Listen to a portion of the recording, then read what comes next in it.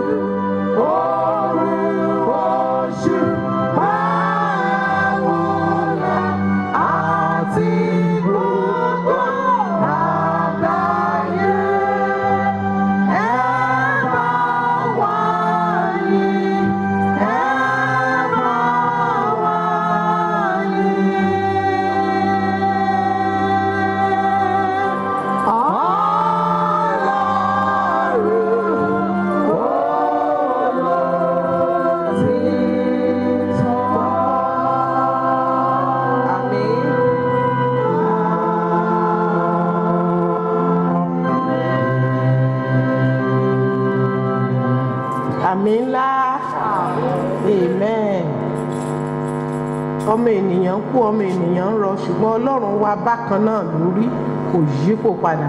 Ọlọ́run yẹn tó wá pa èmi àti ẹ̀yin mọ́ láti January títí dé wákàtí ọ̀wọ̀ yìí, ó tó yìn àbí kò tó yìn? Ó yẹ ká fi ọpẹ́, ká fi yìn, ká fi ohun gbogbo tí a ní, ohun gbogbo tí a jẹ́, ká fi yin ọlọ́run yẹn lógo.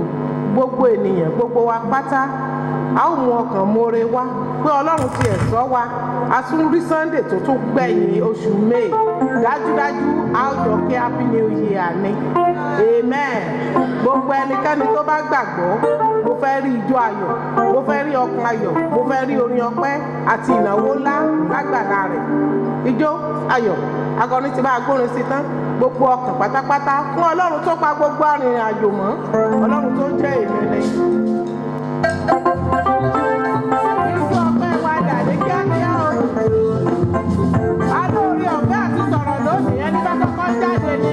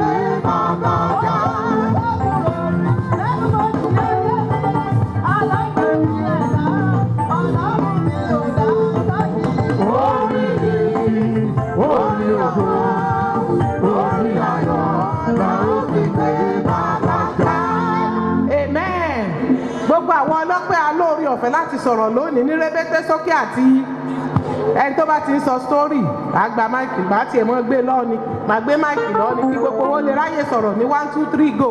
Ta ló kọ́kọ́ fẹ́ sọ̀rọ̀? Ó yẹ mọ́ sọ̀rọ̀, ẹ jẹ́ mo lọ. I will be at your service. Praise the Lord. Ẹ kí hallelujah. Ẹ kí hallelujah. Hallelujah. Hallelujah. Hallelujah.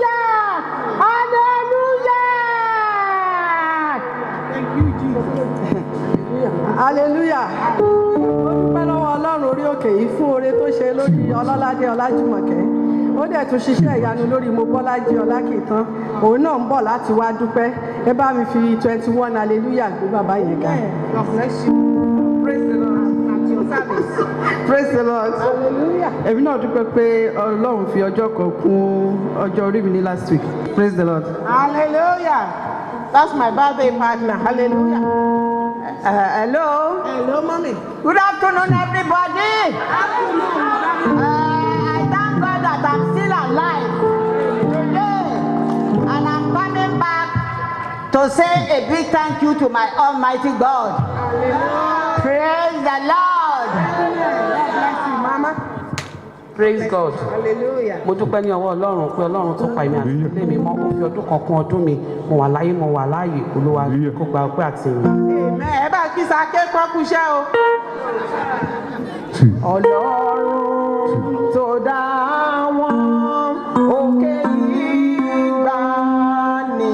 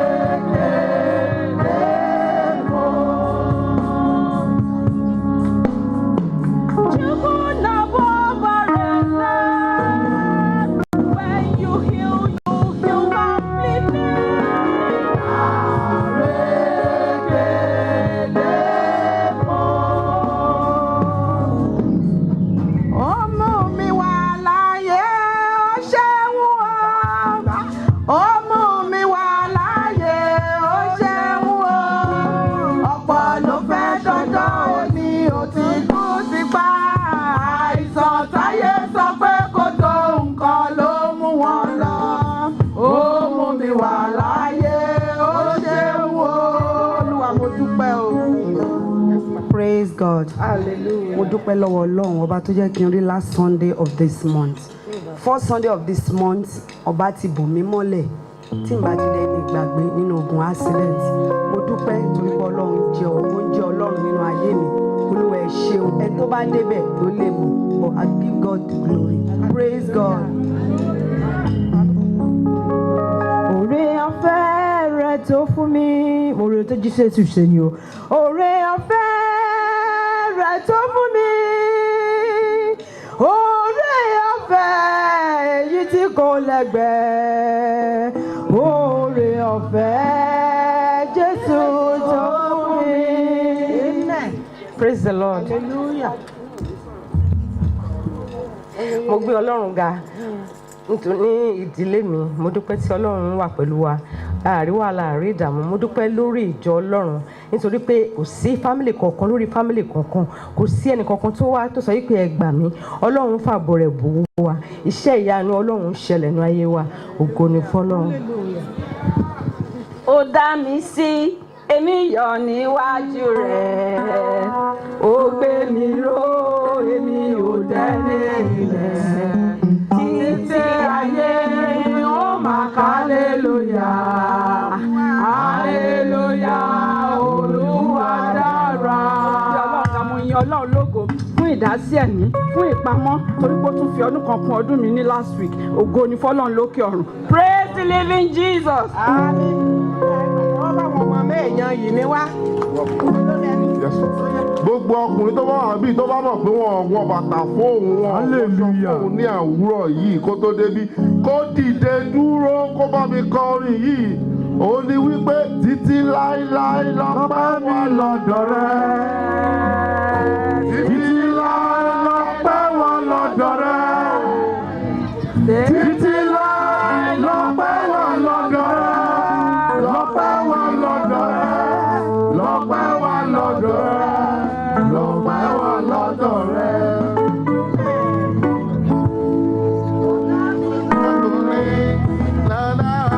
Ó dúpẹ́ tó dáwọ́ lọ́kùnrin. Ó dúpẹ́ tó dá mi lọ́kùnrin. Tó dá mi lọ́kùnrin. Tó dá mi lọ́kùnrin. Tó dá mi lọ́kùnrin. Amen. Ṣé lórí tí pásítọ̀ Wùmí kọ yẹn, ó ti fi gbàsíkò bàbá Ọládìtì. Nítorí náà gbogbo àwọn ọkùnrin wọn lè sọ̀rọ̀. Èmi mo gbé máì. Praise the Lord. Mẹ́kì ń sọ̀rọ̀ pé ìdìbò lẹ́yìn mọ̀kàn yá ìjẹta mọ̀kàn mọ́ sí ẹ̀jẹ̀ ní mọ́bìnú. Mọ̀kàn fẹ́ kọ́ rí Olúwa ẹ tóbi ẹ tóbi o ẹ tóbi Olúwa ẹ tóbi ẹ tóbi o ẹ tóbi. Kò sẹ́ni tá a lè fi ṣàkàwé rẹ̀ o. Ẹ tóbi. Kò sẹ́ni tá a lè fi ṣàkàwé rẹ̀ o. Ẹ tóbi Olúwa. Hallelujah nígbà mẹ́ta. Hallelujah. Hallelujah. Hallelujah. Thank you, Jesus. Thank you, Lord. A ní 21 hallelujah láti ké sí ọba àwọn ọba. Táìmù wa náà sì ti tó. A ó kí hallelujah ńlá 21 fún ọba àwọn ọba, fún ọlọ́run ìrìn àjò, fún ọlọ́run ìpamọ́, fún ọlọ́run àánú. Ọ̀pọ̀lọpọ̀ ò lè máa sọ tó ṣẹlẹ̀ bí. Ṣùgbọ́n ọlọ́run tó kó wa yọ láàkì hallelujah yẹn sí. Bá a ṣe wá ń kí bí ogun ti Jẹ́ríkò bó ṣe wó lulẹ̀ tipilẹ̀ gbogbo ogun tó wù kó tún lè máa nà dúró ogun náà wó pátápátá 1 2 3 go.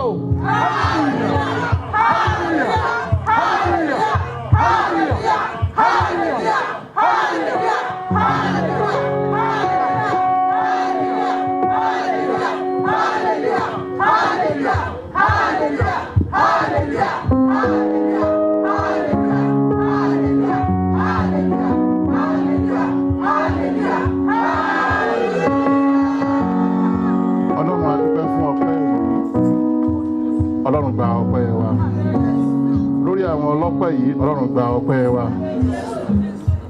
Gbogbo àwa tó kù náà tí à ń retí pé ìjọ́wọ́ lèmi náà máa bọ́ síta rojọ́ ẹ̀pẹ́ tèmi náà lórúkọ Jésù ọjọ́ náà dé báyìí.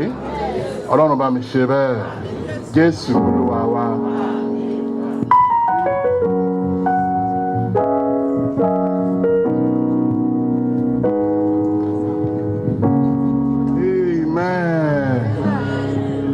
Ẹ bá mi wo lóríire yẹn mú dání. Ẹ bá mi mú ẹni tí a jọ máa ṣàṣeyọrí nínú oṣù yìí dání. Ẹ bá mi mú ẹni tó máa tẹ́ ẹ máa ránṣẹ́ sí ní bó ṣe kù kí oṣù yìí ó parí pé ǹjẹ́ o gbọ́ ntọ́lọ́run tó ṣe nínú ayé mi. Mo kàn ní kí n fi tó ẹ létí ni o. Ṣé ẹ ti rẹ́ni ẹ mú? Ó yá ká lọ gbogbo. Ó yá ká lọ gbogbo. Ó yá ká lọ gbogbo. Ó yá ká lọ gbogbo. Ó yá ká lọ gbogbo. Ó yá ká lọ gbogbo. Ó yá ká lọ gbogbo. Ó yá ká lọ gbogbo. Ó yá ká lọ gbogbo. Ó yá ká lọ gbogbo. Oya kala gogo, oya kala gogo, oya ẹ̀jẹ̀ àlọ́, oya kala gogo, àgbàlá owó ti yá, oya kala gogo, oya ẹ̀jẹ̀ àlọ́, oya kala gogo, oya kala gogo, oya kala gogo, oya kala gogo, oya ẹ̀jẹ̀ àlọ́, oya kala gogo, ológo máa ní wẹ́sẹ̀.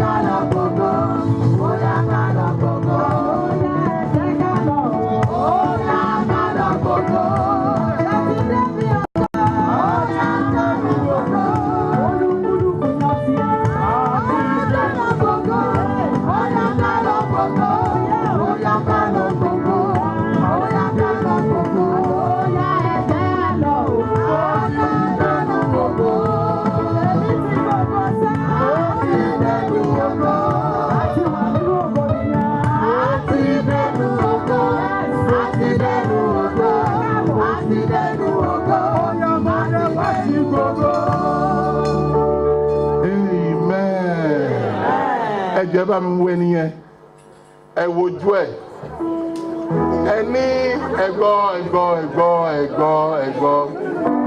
ẹ bá mi sọ fún wípé oṣù yìí ti ń parí lọ o. Mind you, kí oṣù eléyìí tó parí, mo máa pè ẹ́ ní ìgbé ayọ̀.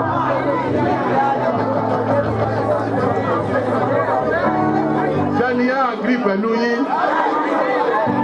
Ẹ tún wọ ẹlòmíì. Ẹ ní kí oṣù yìí tó parí, mo máa ránṣẹ́ ayọ̀ sí ẹ. Ọ̀run máa ránṣẹ́ ayọ̀ sí ẹ. Ọ̀run máa ránṣẹ́ ayọ̀ sí yín o. Àwọn áńgẹ́lì ayọ̀ máa pín ire lọ́dọ̀ yín o. Ẹjọ́ tẹ́ ènìyàn bá gbàgírí ẹni kò ṣe àmì mẹ́ta tó gbóná. Ẹ wo wọ́n tún kó lẹ́tà yẹn dé láàárọ̀ yìí. Ẹ wo ẹnìyẹn, ẹ tún wo ẹnìyẹn, ẹ tún wo ẹnìyẹn, ẹ tún wo ẹnìyẹn. Wípé kí oṣù yìí tó parí, kí a tó bọ́ sí first Sunday, kí a tó bọ́ sí first Monday, mo máa kọ́kọ́ wá ṣe testimony, torí mo máa gba ìròyìn ayọ̀ yẹn, torí a máa mú ìròyìn ayọ̀ yẹn wá fún mi, mo máa gba ìròyìn ayọ̀ jọ. Amen. Jenny, I agree. A máa sáré gbàdúrà ẹyọ kan tó bá wá di ní ọ̀la àwa gbà dáadáa. Àwọn ìbòjú kan wà tí èṣù ń lò láti fi da ayé wa láàmú. Wọ́n pè ní ìbòjú egúngún. Ṣé rí tí lágbájá bá dúró wájú yín ẹ lè mọ̀ bó ṣe jẹ́ bóyá ó kọlà bí ó kọlà. Àwa tá a súnmọ́ díẹ̀ la mọ̀ kó kọlà. Ṣùgbọ́n yìí tẹ́ wo ẹ̀dùn kó kọlà. Tí ẹlẹ́hà bá dún wájú yín ìtò ń bẹ lábẹ́ rẹ̀ ẹ mọ̀ ẹ wò ó à sọ dáadáa lọ́la. Àwọn ogun kan wà ìbòjú egúngún náà fi ń bá wa jà because àmẹ́ tó ń bá wa jà àbọ̀mí tá a máa dojú àdúrà kọ. Ìyẹn la fẹ́ ṣe sí lọ́sẹ̀ yìí ṣùgbọ́n ẹ nawọ́ sókè. Ẹlẹ́dàá ọ̀tá ò gbọdọ̀ ṣe àṣeyọrí lórí ọ̀rọ̀ mi, lórí ohun tí mò ń béèrè fún yìí, tí mò ń sun ẹkún sí ní ojoojúmọ́. Ọ̀tá ò gbọdọ̀ ṣe àṣeyọrí. Ẹ̀yin ọmọ Ọlọ́run ẹ sọ ní àdúrà rẹ̀. Ọ̀tá ò gbọdọ̀ ṣe àṣeyọrí lórí ọ̀rọ̀ ayé mi, lórí ọ̀rọ̀ àwọn ọmọ mi, lórí ọ̀rọ̀ ọkọ mi, lórí ọ̀rọ̀ aya mi. Wọ́n gbọ́dọ̀ sí àṣeyọrí. Ẹ gba àdúrà yẹn dáadáa. Ẹ gba àdúrà yẹn o.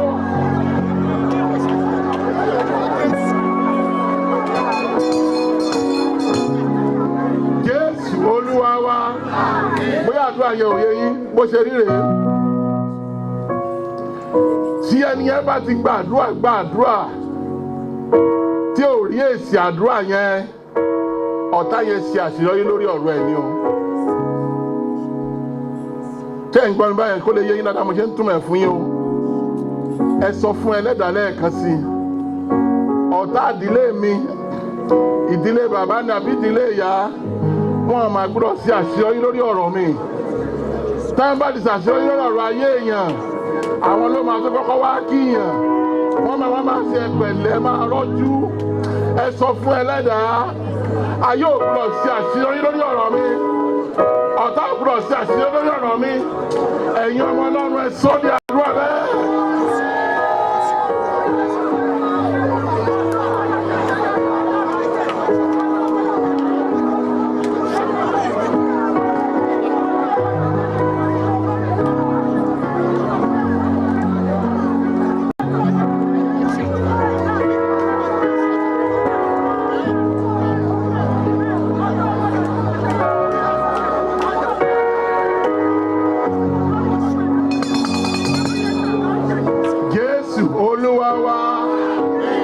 Sọ fún Ẹlẹ́dàá gbogbo ìbòjú tí ọ̀tá fi ń bojú láti fi da ayé mi láàmú, láti fi gbé ogun tì mí ní ìdílé bàbá ní àbí ìdílé ìyá ni, ní ibi iṣẹ́ ni, níbi kíbi ni. Ṣé rí àwọn ọ̀tá yẹn máa ń wà níbi iṣẹ́ gan wá dàbí ọ̀rẹ́ yín, àwọn lè máa láìkí yín jù, àwọn gangan jẹ̀ ní ọ̀tá because ẹ̀mọ́ tó ń bẹ nínú egungun wọn. Ẹ gba àdúrà. Aṣọ ẹ̀kúwó ni ọ̀tá ń lò láti fi bà ògo mi jẹ́, láti fi tako ayé mi ní ibi iṣẹ́ ni, níbi kíbi ni. Lónìí ẹ̀yin ọ̀run ẹ máa bọ́ jóná, ẹ̀yin ọ̀run ẹ máa bọ́ jóná, ẹ máa sọ di àdúrà bẹ́ẹ̀. Máa gbọ́dọ̀ bá èdè àmàsùtàrí ẹ̀bà ẹ̀yin ọ̀run o.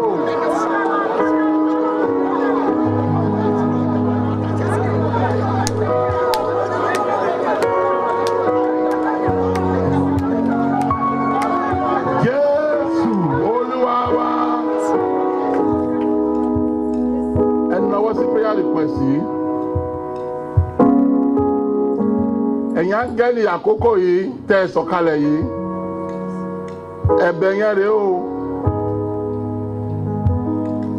ẹ̀bẹ̀ yẹn rèé o ẹ bá wa kà á fún Elédùmarè ẹ nawọ́ sí àwọn ẹ́ńfílọ́pù yìí gbogbo ẹ̀bẹ̀ àdúrà tó ń bẹ nínú ẹ́ńfílọ́pù yìí kí àwọn ọ̀run ó gbà ká ẹ sọ di àdúrà bẹ́ẹ̀ lórúkọ Jésù ẹ̀yin ọ̀run ẹ gbà ká gbogbo ẹ̀bẹ̀ ẹ́ńfílọ́pù yìí ẹ̀yin ọ̀run ẹ gbà ká lórúkọ Jésù kí àwọn èèyàn yóò rí testimony lórúkọ Jésù kí àwọn èèyàn yóò rí testimony lórúkọ Jésù kí àwọn èèyàn yóò rí testimony Ọlọ́run bá mi ṣe bẹ́ẹ̀ Jésù Olúwa wa ẹ gbọ́ ilé yìí ẹ jọ sáà máa tẹ́ bá ń bọ̀ ní ọ̀la ẹ má da omi jọ síwájú mi ẹ gbé omi yín dání bọ̀ ni ẹ máa gbé sórí ẹ máa gbé sókè fún àdúrà ni tẹ́ bá jẹ̀ tí ń bọ̀ àwọn ogun ọ̀run mẹ́rìndínlógún kan máa wà ní ẹnu ilẹ̀kùn yẹn tí ẹ bá ti ń wọlé wọn á máa bọ̀ yín ní ọwọ́ ẹ jọ̀ọ́ nítorí Ọlọ́run ẹ jọ̀ọ́ nítorí Ọlọ́run ẹ jọ̀ọ́ nítorí Ọlọ́run tí ẹ bá ti wọnú ọgbà kí ẹnikẹ́ni má bá ẹ̀dá alààyè kankan ro ẹjọ́ ẹ máa gba àdúrà torí àwọn ogun ọ̀run yẹn máa sakuléètì inú bí ká tó dé ní ọ̀la ẹnikẹ́ni tó bá jẹ́ gba àdúrà òun àdúrà máa ń gbà fún o tí ẹ bá ti wọlé má jẹ́ kán gba àdúrà rẹ lọ́wọ́ rẹ o ṣé ń gbọ́ mi tí ẹ bá jẹ́ ń bọ̀ pẹ̀lú àwẹ̀ àti àdúrà ni àwẹ̀ kì í pààyàn ẹ lè kú tá bá ti parí kẹ́ lọ jẹun tó bá ní kó fẹ́ yíwọ́ ẹ̀kẹ̀jẹ́ àpù kan àbí ọ̀gẹ̀dẹ̀ yọkan ẹ ṣáà mi sọ pé ẹ débí pẹ̀lú àwẹ̀ ní orúkọ Jésù Kristi gbogbo àdúrà tá à ń gbà lórúkọ Jésù kò ní wọ voice mail ẹ ṣàmì ẹni àdúrà ìbá wọ voice mail kódà mo ní lórúkọ Jésù gbogbo àdúrà tá a bá gbà lórúkọ Jésù kò ní wọ voice mail Ọlọ́run àjọ ọ̀gá nítorí pé wọ́n ní Ọlọ́run àyàn ológo torí pé òye padà ògo ni fún ọ bàbá ògo ni fún ọmọ ògo ni fún Ọlọ́run mímọ́ à ń lọ nínú ìsìn lónìí lórúkọ Jésù Ọlọ́run gba ògo Ẹlẹ́dàá gba ògo bá a ṣe ń lọ ní ọ̀sẹ̀ yìí lórúkọ Jésù tẹlifóònù ayọ̀ ká bẹ̀rẹ̀ sí ní gbà bẹ́ẹ̀ Jésù Olúwa wa.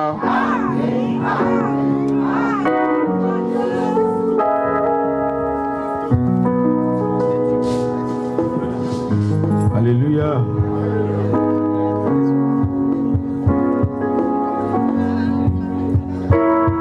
Ẹ ká jókòó sí àyè wa o. Ẹ jẹ́ ká lọ jókòó sí àyè wa o.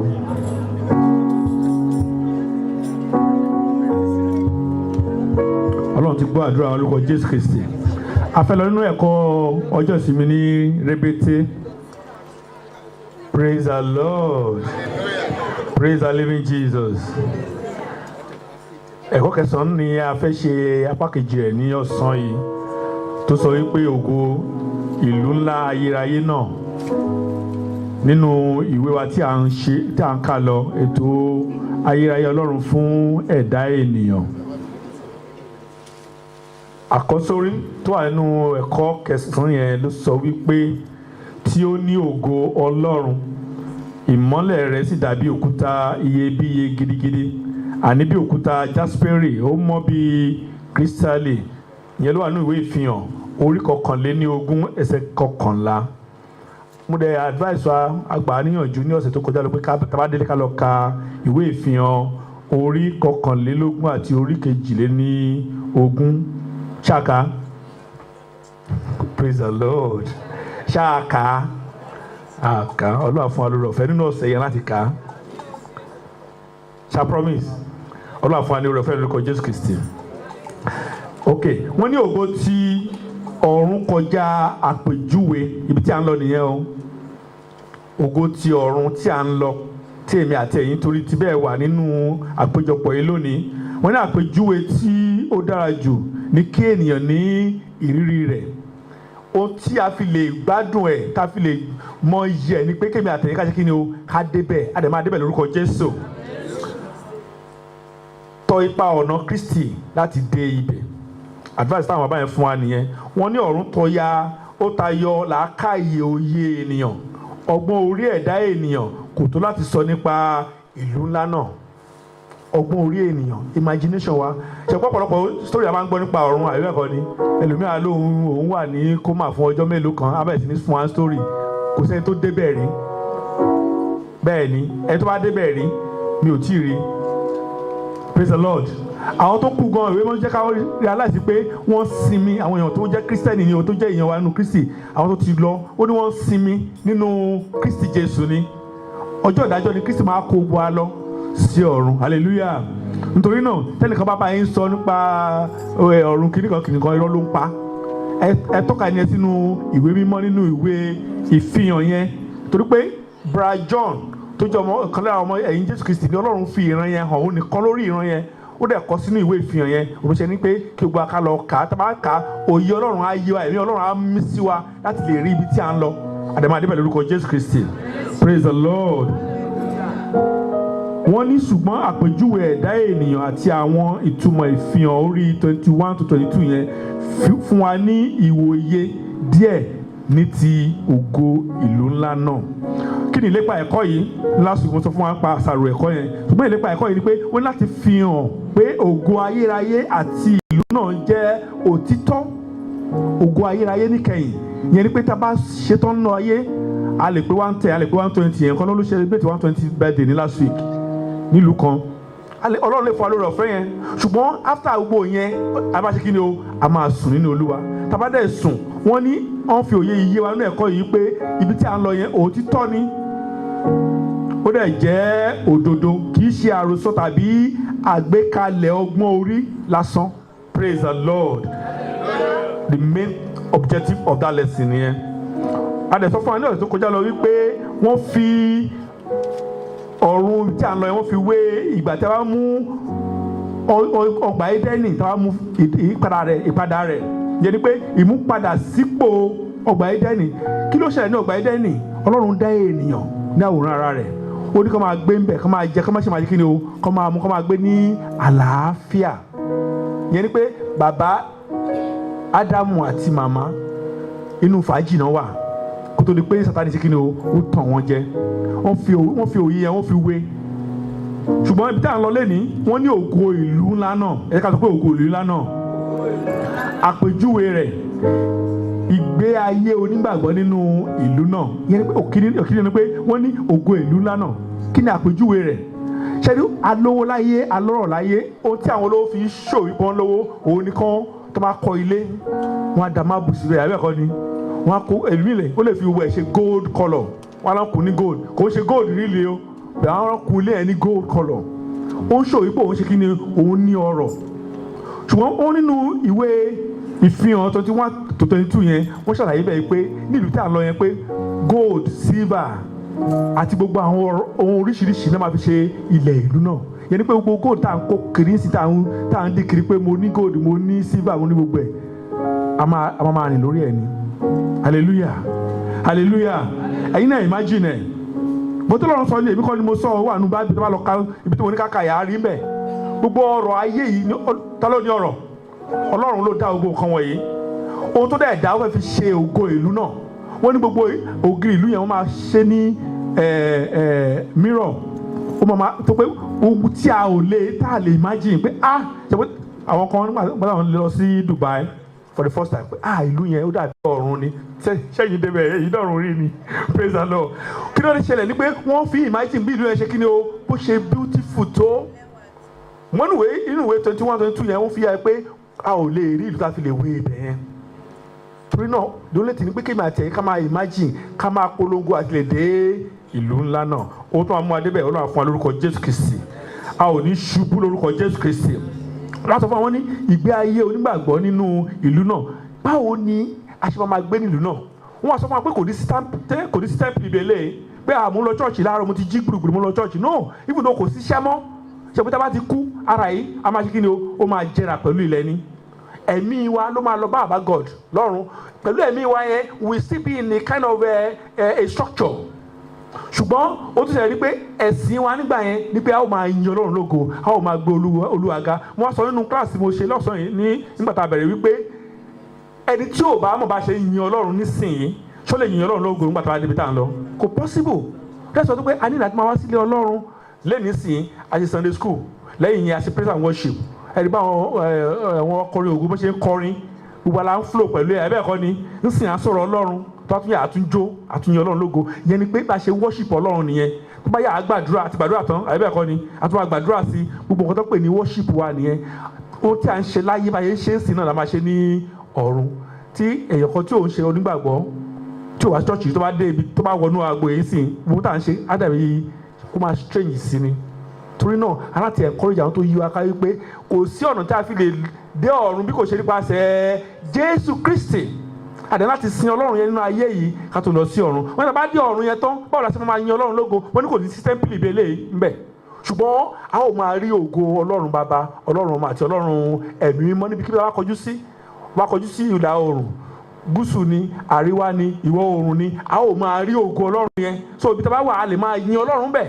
kò ní pé mo fẹ́ lọ sí tẹ́ḿpù mo fẹ́ lọ no kò sí yẹn bẹ̀ gbogbo yẹn náà sọ fún wa nínú ẹ̀kọ́ yẹn àdébẹ̀rẹ̀ lórúkọ Jésù Kristi okun tó ní jẹ́ ká dé ká bá Kristi Jésù jọba kò ní ṣẹlẹ̀ sí wa lórúkọ Jésù Kristi wọ́n ní ìgbé ayé ìpọ́njú láyé yìí yóò dé òpin ó fẹ́ parí wàhálà abímọ alọ́kọ akọ́lé aramọ́tò ọmọ fẹ́ ṣe wedding gbogbo wàhálà yẹn gbèrè ó máa dópin lọ́jọ́ kan torí náà yẹ ká fọkàn ra balẹ̀ mo sọ pé àti bàbá àdúrà kan sọ̀rọ̀ bẹ́ẹ̀ lẹ́ẹ̀kan ṣé ilé ayé yìí ohun tí a bá ṣe tó bá ṣe é ṣe Ọlọ́run fẹ́ pa ẹ̀ ni kí la fẹ́ para wa fún praise the Lord torí náà ohun tó yẹ kó máa jẹ́ ọlọ́kàn ni pé ohun tí màá ṣe tí kò ní jẹ́ kí bàbá gọ̀dọ̀ yẹn jọba má jẹ́ ó ṣẹlẹ̀ sí mi kò ní ṣẹlẹ̀ sí alórúkọ Jésù Kristi wọ́n ní ògo ti ìlú ayé yìí ó jẹ́ ohun tí gbogbo ènìyàn gbọ́dọ̀ kùnà rẹ̀ pàtàkì àwọn tá a jẹ́ ọmọ Ọlọ́run kí wàá ní èrè wa wọ́n ti wá ṣe gbọ́ wàhálà tán náà ayé ògo ńlá àti ibi tó ń dán tó lẹ́wà èyí tí Olúwa ò ní lè débẹ̀ tó yẹ pé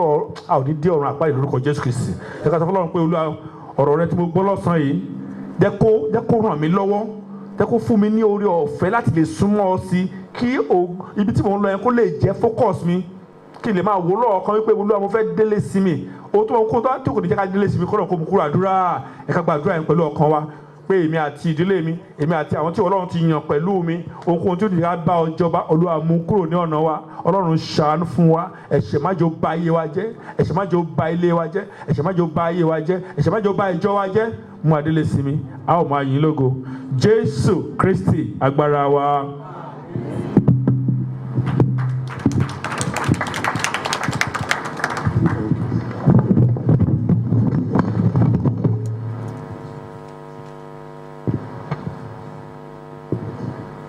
Praise the Lord. Ẹ̀kọ́ Bíbélì ti ìsìn òwúrọ̀ yìí àbí ti ìsìn ọ̀sán yìí òun la rí nínú ìwé Máàkù orí 4 ẹsẹ̀ 35 to 41. Mark chapter 4 verses 35 to 41. Yóò kà báyìí pé ní ijọ́ kan náà nígbà tí alẹ́ lẹ́ tán ó wí fún wọn pé ẹ jẹ́ kí a rí kọjá lọ sí apá kejì nígbà tí wọ́n sì ti tú ìjọ ká wọ́n sì gbà á gẹ́gẹ́ bí ó ti wá sínú ọkọ̀ àwọn ọkọ̀ kékeré mìíràn pẹ̀lú sì wà lọ́dọ̀ rẹ̀. 37 ìjì ńlá sì dìde ìgbì sì ń bù sínú ọkọ̀ tó bẹ́ẹ̀ tí ọkọ̀ fi bẹ̀rẹ̀ sí í kún òun pàápàá sì wà ní ìdí ọkọ̀ ó ń sùn lórí ìrọ̀rí wọ́n sì jí wọ́n sì wí fún pé olùkọ́ni ìwọ kò bìkítà bí àwa ṣègbé ó sì jí ó bá afẹ́fẹ́ náà wí ó sì wí fún òkun pé dákẹ́jẹ́ afẹ́fẹ́ sì dá ìparọ́rọ́ ńlá sì dé. verse 40 ó sì wí fún wọn wípé èéṣe tí ẹ̀yin fi ń ṣe ojo bẹ́ẹ̀ ẹ kò tí ì ní ìgbàgbọ́ síbẹ̀ ẹ̀rù sì bà wọ́n gidigidi wọ́n sì ń wí fún ara wọn pé irú ènìyàn kí ni èyí tí àti afẹ́fẹ́ àti òkun gbọ́ tirẹ̀. Olúwa kó bùkún ọ̀rọ̀ rẹ̀.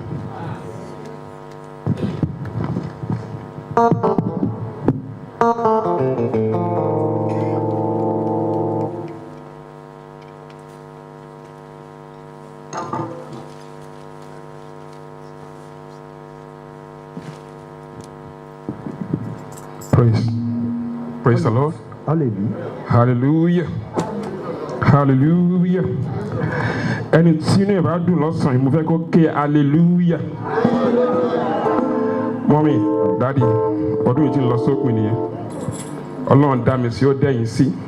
Ọ̀pọ̀ ló ti kú, ọ̀pọ̀ ló ti dẹ́ni ìgbàgbé, ṣùgbọ́n a dúpẹ́ lọ́wọ́ Ọlọ́run tó lọ́lọ́run ṣàánú fún wa. Àwa sọ pé Ọlọ́run kò ṣe dódòdò. I am here to praise your name. Dodo, that's my language. So I am here. Mo wà níbí títí nìyẹn. Ẹ sọ bó bá ti jẹ́ fún yín. Praise the Lord. Hallelujah.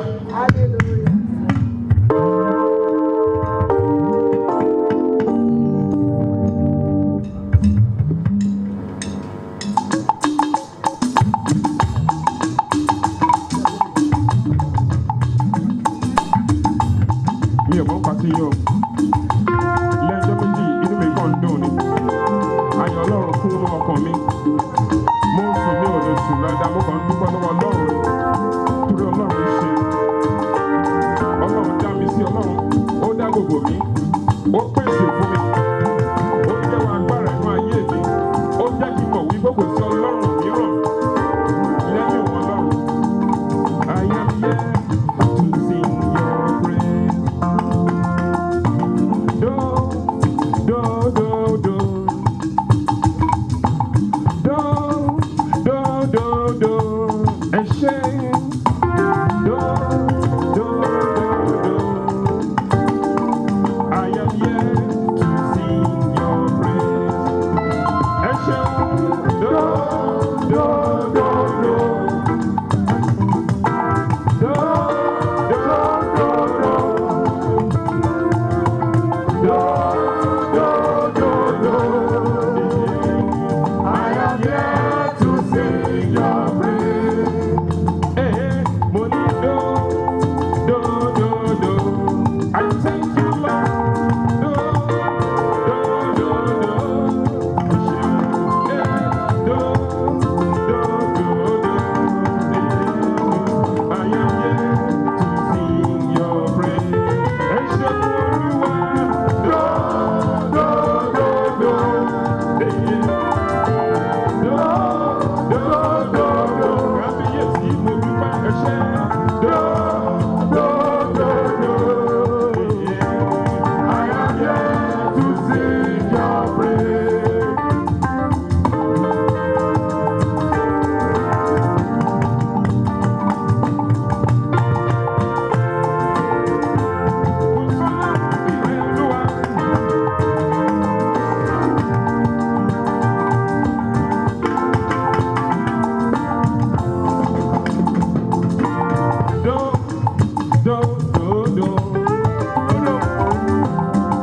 Thank you, Lord.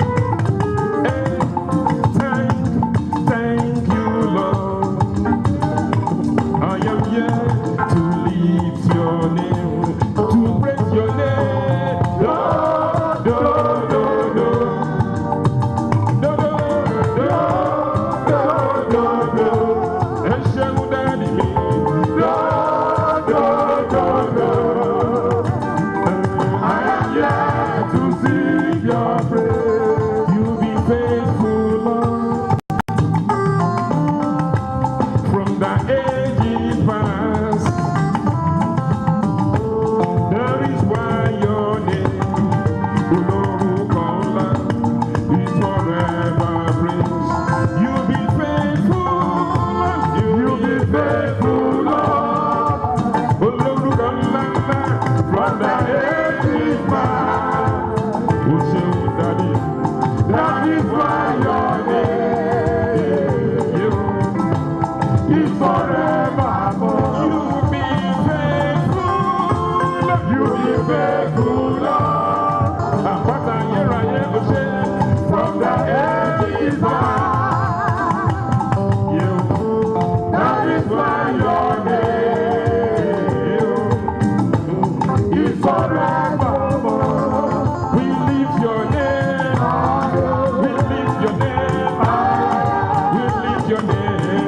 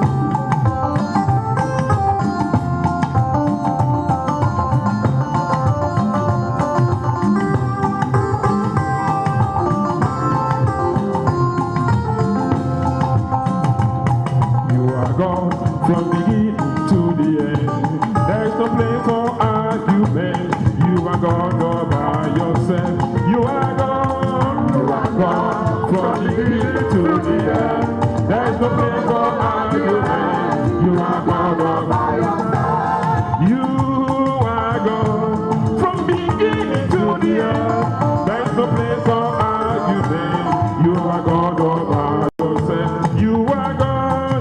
You are God from the beginning to the end. There is no place for argument.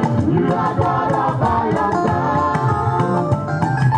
Ọlọ́run tó dá àwọn òkè ìgbà ààrẹ ẹ̀yìn ni mo fi ọpẹ́ ẹ̀mí fún.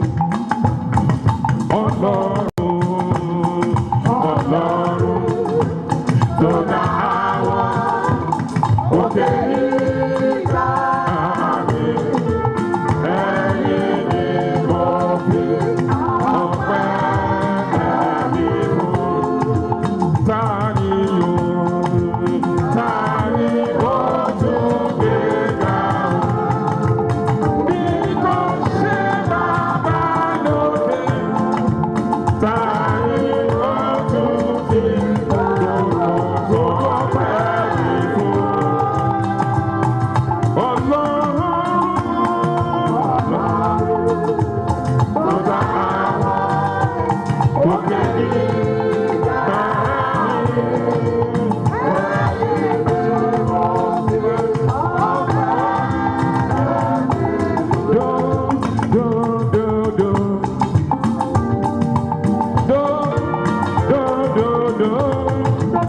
o ṣeun I am here to sing your praise. Ìwọ ń kọ́ mo sọ pé ẹ ṣeun kábíyèsí I am here to sing your praise. Ó ní ẹ ṣeun Olúwa mi, ẹ ṣeun bàbí, ẹ ṣeun Jésù, ẹ dẹ̀ ṣeun bàbí, ẹ ṣeun Jésù. Àwa wá láti yìn ọ́, ẹ ṣé Olúwa mi.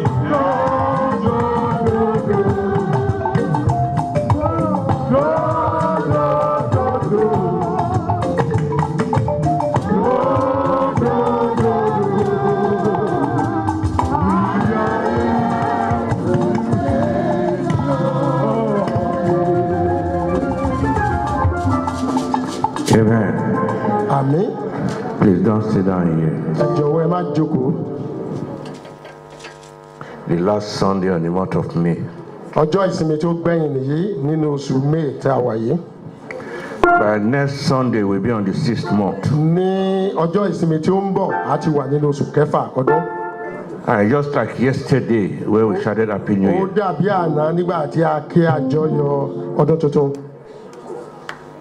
We are going to sing this song. A ó It is kọ orin raining. yìí. It is raining. It is raining. Choir Òjò again. ìbùkún ń rọ̀. It is raining.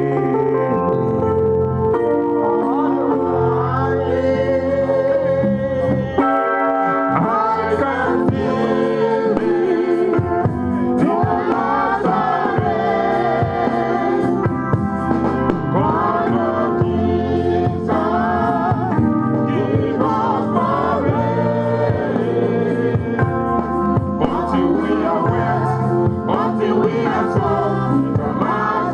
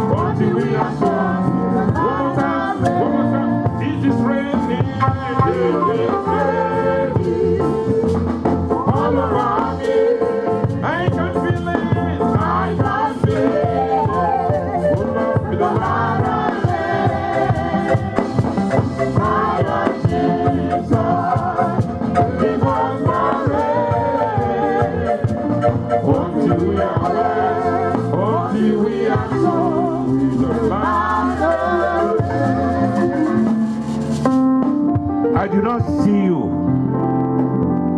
I said, I did not see you coming to the end of this year without a credible testimony. Bàbá sọ pé àwọn gbọ́dọ̀ rí yín ní ìparí ọdún yìí pẹ̀lú ẹ̀rí tí ó lágbára. You cannot go throughout this year Ẹ ò kàn lè kọjá lọ lásán nínú without ọdún yìí having a credible testimony. láì ní ẹ̀rí tí ó lágbára.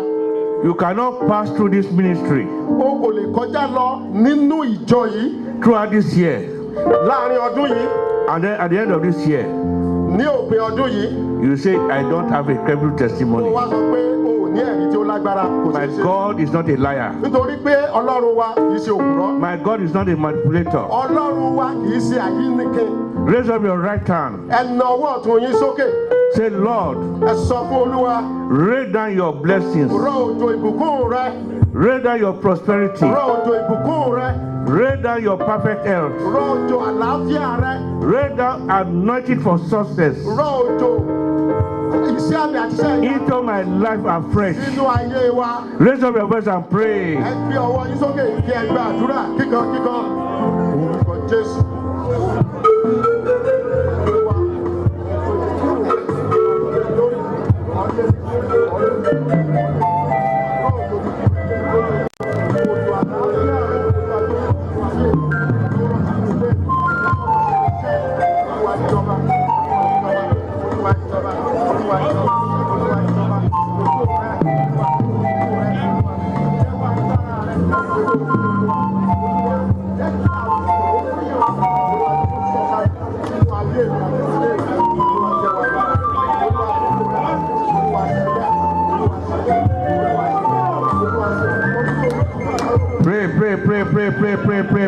Pray.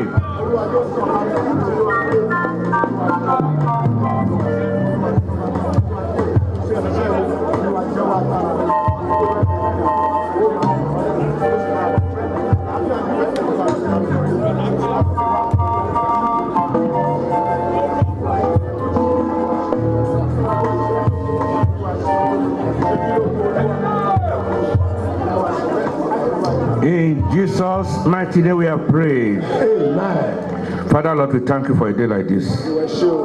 We give all the glory, we bless your name, we exalt you, Lord. Accept our thanksgiving in Jesus' name. Father, Lord, nobody comes to you and go back empty-handed.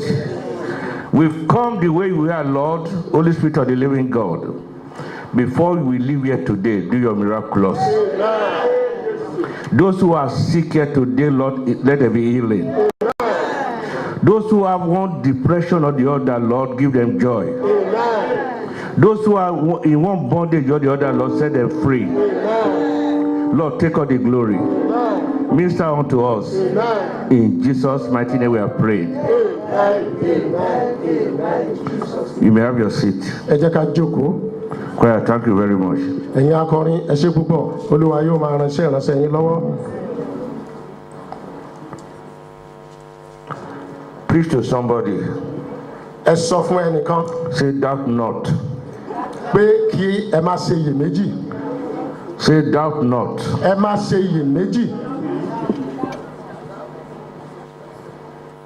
This month of May, Nínú oṣù karùn-ún yìí, we have said time without number, there's a month of mercy, a month of grace. a ti sọ ní àìmọye ìgbà pé nínú oṣù yìí, oṣù àánú ni àti oṣù ìbùkún. Being the 5th month of the year, Nínú oṣù karùn-ún ọdún, we have some few days now to the end of the month. láìpẹ́ a ó parí oṣù yìí.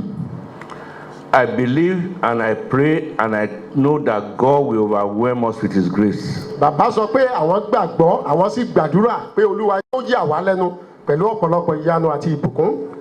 And God will use His mercy to overrule every evil judgment over each and every one of us. Olúwa yóò sì fi ọ̀pọ̀lọpọ̀ àánú rẹ̀ láti fi pa gbogbo àwọn ìdájọ́ ibi lórí wa. If we believe that, shout a powerful Tí a hallelujah. bá gbàgbọ́ nínú èyí, ẹ jẹ́ ká kí hallelujah sí Olúwa. God is same yesterday, the same today, and the same forever. Ọlọ́run kan náà lánàá, lónìí àti títí ayé àìnípẹ̀kun. Is the unchanging changer. Òun ni Ọlọ́run tó ń yí nǹkan padà ṣùgbọ́n òun fúnra rẹ̀ kò yí padà. And in most scriptures, he has confirmed that we should have trust in him. Nínú Bíbélì mímọ́, ó ti sọ ní àìmọye ìgbà nínú ọ̀rọ̀ rẹ̀ wípé òun ni Ọlọ́run tó lè ṣe ohun gbogbo. We should have faith in him. Ó yẹ ká nígbàgbọ́ nínú rẹ̀. We should trust him always. Ó yẹ ká gbàgbọ́ ká sì gbẹ́kẹ̀lé. We should not waver in our trust. Kò yẹ ká máa ṣiyèméjì nínú ìgbàgbọ́ wa. Because he's a merciful God. Ọlọ́run aláàánú ni Olúwa wa. We should not allow our yesterday to determine our future. A kò gbọ́dọ̀ jẹ́ kí àwọn àṣìṣe wa àná kí ó máa yọ ọjọ́ ọ̀la wa lẹ́nu. We should know that, yes, we are worshiping a God of mercy. Ó yẹ ká gbàgbọ́ wípé kó sì dá wa lójú pé Ọlọ́run tá à ń sìn Ọlọ́run Who aláàánú. will overrule all our past transgressions. Tí ó sì pa gbogbo àwọn àṣìṣe wa àtẹ̀yìnwá. Who has gone to the cross. Ẹni tó ti lọ sí orí àgbélébùú. Who has shed his blood on Calvary. Ọlọ́run tó ti tẹ ẹ̀jẹ̀ rẹ̀ sílẹ̀. And has wiped away all our past Ó sì transgressions. ti fi pa gbogbo àwọn àṣìṣe wa rẹ́. You believe that? Shout a powerful Tí a bá hallelujah. gba èyí gbọ́, ẹ jẹ́ ká kí hallelujah. That's why you should not doubt.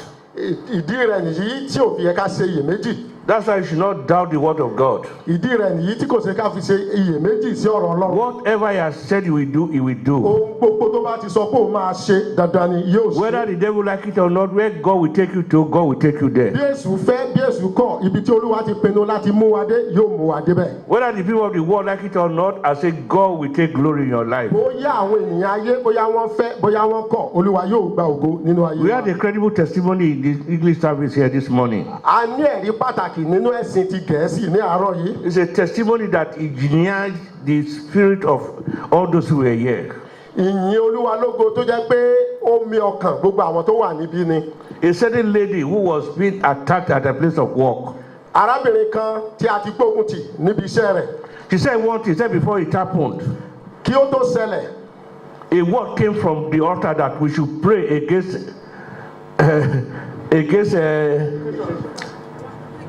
ọ̀rọ̀ wá láti orí pẹpẹ wípé against implication. pé kí a gba àdúrà pé ká gbàdúrà nípa alákòóbá. Implication in the place of work. Alákòóbá níbi iṣẹ́. Said she don't know that that was for us for Kò her. mọ̀ pé ọ̀rọ̀ yìí òun ló wà fún. Immediately after that, Láìpẹ́ lẹ́yìn àdúrà yìí, he said the thing rose up in her place of work. wàhálà yìí ó dìde níbi iṣẹ́ rẹ̀. Says small thing that should have been solved within 5 minutes. Ohun kékeré tó yẹ kí wọ́n parẹ́ tàbí kí wọ́n gbẹ́sẹ̀ lé láàrin The ìṣẹ́jú line márùn-ún. manager escalated it.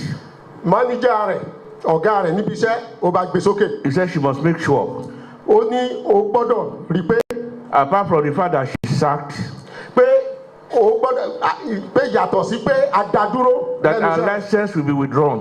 Pé láńsẹ̀sì tó fi ń ṣiṣẹ́ gan, èyí tó jẹ́ pé bóyá pin. The license they give to her to work will be withdrawn totally. Bóyá nọ́ọ̀sì ni bóyá pin tá a fún láti máa fi ṣiṣẹ́. That, Pé that, wọ́n gbọ́dọ̀ gbà á. that she will be useless in this Pé country. nítorí ìdí èyí, ó gbọ́dọ̀ jẹ́ ẹni tí ò níṣẹ́ tàbí tí ò lè ṣe nǹkan kan mọ́ ní He orílẹ̀-èdè. said, what has happened that you are going to such an extent? Ó wá béèrè lọ́wọ́ rẹ̀ pé kí ló ṣẹlẹ̀ gan-an tó fi gbé gbogbo ẹ̀ tó fi wá gbé karí báyìí tó sọ pé dandan ó sáà fẹ́ bà tèmi jẹ́ ni. He said it was tough. Ó wá sọ pé ó lágbára. But on the long run, Lẹ́yìn àṣẹ̀yìnwá àṣẹ̀yìnbọ̀, said they went to the head of department. wọ́n wá lọ sí ọ̀dọ̀ ọ̀gá pátápátá. And when they got there, Nígbà tí wọ́n débẹ̀, said the head of department look at it. ọ̀gá pátápátá wá sọ fún ó wo ọ̀rọ̀ náà, ó sì wo arábìnrin náà. He said under 30 minutes, that's how they closed the case. Pé láàrin ọgbọ̀n ìṣẹ́jú bí wọ́n ṣe gbẹ́sẹ̀ lé bó ṣe gbà sí abẹ́ ẹni nìyẹn. Trust in the God that you are serving. Ẹ gba Ọlọ́run tí ẹ ń sìn, ẹ gbà á gbọ́. Do not doubt him for any Ẹ má second. ṣiyèméjì ní ìṣẹ́jú kan. He said that's how the case was closed. Bí a ṣe gbẹ́sẹ̀ lé ẹjọ́ yìí nìyí. He said some few weeks later, Láàrin ọ̀sẹ̀ méjì sẹ́yìn. he said lẹ́yìn rẹ̀, that very manager, mọ́níjà tó wá ń gbógun yìí gan-an say out of nowhere they started investigating her. pé láì tiẹ̀ nídìí bọ́n ṣe ń yẹ ìdí tiẹ̀ náà wò nìyẹn.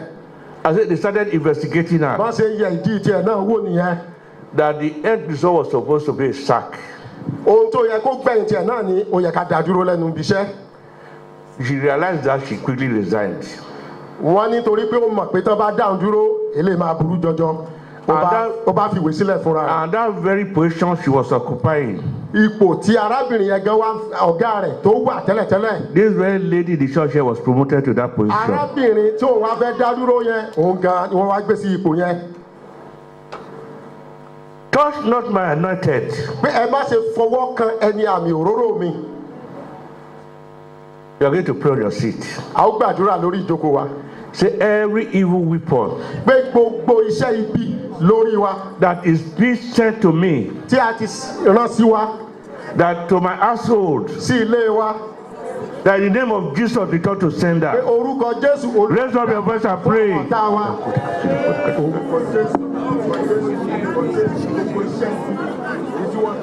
Every evil weapon, every evil weapon that is being sent from anywhere in the world into my life, into my ministry, into my wife, into my children, my grandchildren, all my loved ones, return back to sender in Jesus' name. In Jesus' mighty name we have prayed. Amen. It was a credible testimony. ẹ̀rí tí ó lágbára ni. Say now she's the manager. ní ìsinsìnyí arábìnrin wa yìí òun náà ti di ọ̀gá. Wherever God is taking you to, ibi tí olúwa ń mú wa lọ. I say you will get there. a ó dé bẹ́ẹ̀ dandan lórúkọ olúwa. Whether the devil like it or not, I say you will get there. bóyá ọ̀tá fẹ́ ọ̀tá kọ̀ a ó dé bẹ́ẹ̀ lórúkọ The olúwa. only thing is that don't doubt him. ṣùgbọ́n kí a máa ṣe iyèméjì. Don't trust in him. ẹ jẹ́ ká gbà á gbọ́ tọkàntọkàn. David says, Psalm 125 says, those who trust in the Lord dávidi ó sọ nínú Psalm 125 pé àwọn tí ó gbẹ́kẹ̀lé olúwa. shall be like Mount Zion, ó dàbí òkè Síónì. that can never be moved. a kò lè sí níjì. Say they can never be moved. a kò lè sí wọn níjì. He said, as the mountains surround Jerusalem, bí òkè ṣe yí Jerusalem kó. so the Lord surround his own people. bẹ́ẹ̀ ni olúwa yí àwọn tó bẹ̀rù rẹ̀. If God surround you, bí olúwa bá yí ọkọ. if you trust in him, bí o sì gbà á gbọ́. God will surround you. olúwa yóò yí ọkọ. Then who can attack you? èṣù ó lè gbógun nítòótọ́. Who can attack you? ọ̀tá lè gbógun Who, nítòótọ́. who can pass through God to get to you?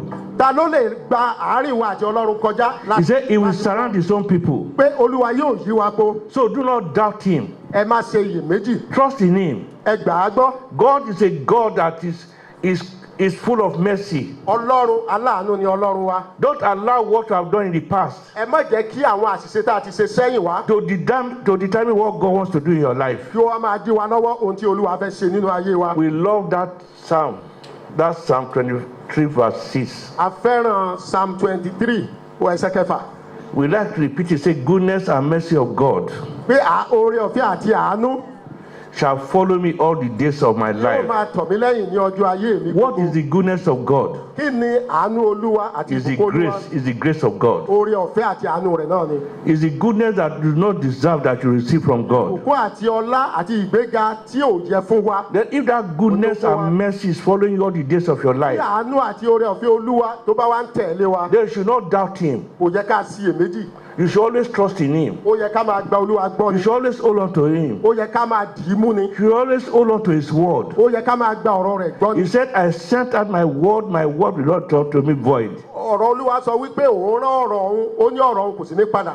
God has Ọ̀rọ̀ òun exalted láì his jẹ́. word above his own name. olúwa ti gbé ọ̀rọ̀ rẹ̀ ga ju òun pàápàá lọ. Say he exalt his word above his own name. ó gbé ọ̀rọ̀ rẹ̀ ga ju orúkọ rẹ̀ lọ. When God says he's going to bless you, he's going to bless tí olúwa you. bá sọ pé òun yóò bùkún fún wa ó di dandan yóò bùkún fún wa. God will never put his own name to shame. ọlọ́run kò ní fi ẹ̀gàn tàbí àbùkù bá orúkọ. You will not allow your enemies to rejoice over kò you. ní jẹ́ kí ọ̀tá wa kó yọ̀ nítorí tiwa.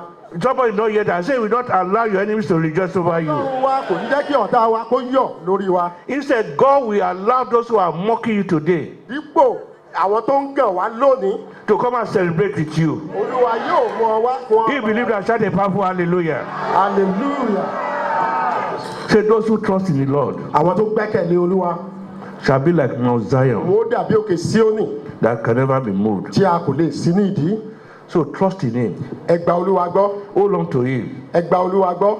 In the book of James, inú ìwé Jákọ́bù chapter 1, orí kìíní verse 6 to 7.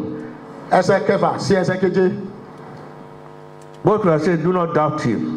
ohun tí a ń sọ náà ni pé ẹ má ṣe iyèméjì sí ọ̀rọ̀ Olúwa. Always trust in him. ó ń lé ẹ máa gbà á gbọ́ nìkan. What does James say? kí ni ìwé Jákọ́bù sọ? ṣùgbọ́n Yes. yóò béèrè ní ìgbàgbọ́ ní àìsiyèméjì rárá nítorí tí ẹni tó ṣiyèméjì dàbí ìpín omi òkun tí ń fi ọwọ́ afẹ́fẹ́ bí síwá sí ẹ̀yìn tí a fi ń ru sókè. Praise God. hallelujah. He said you should not doubt him at all. pé kí a má ṣe ṣe iyèméjì sí ọ̀rọ̀ You Olúwa. should fully trust him. ó yẹ kí a gba ọ̀rọ̀ Olúwa gbọ́ pátápátá ni. Even if you are at the point of death.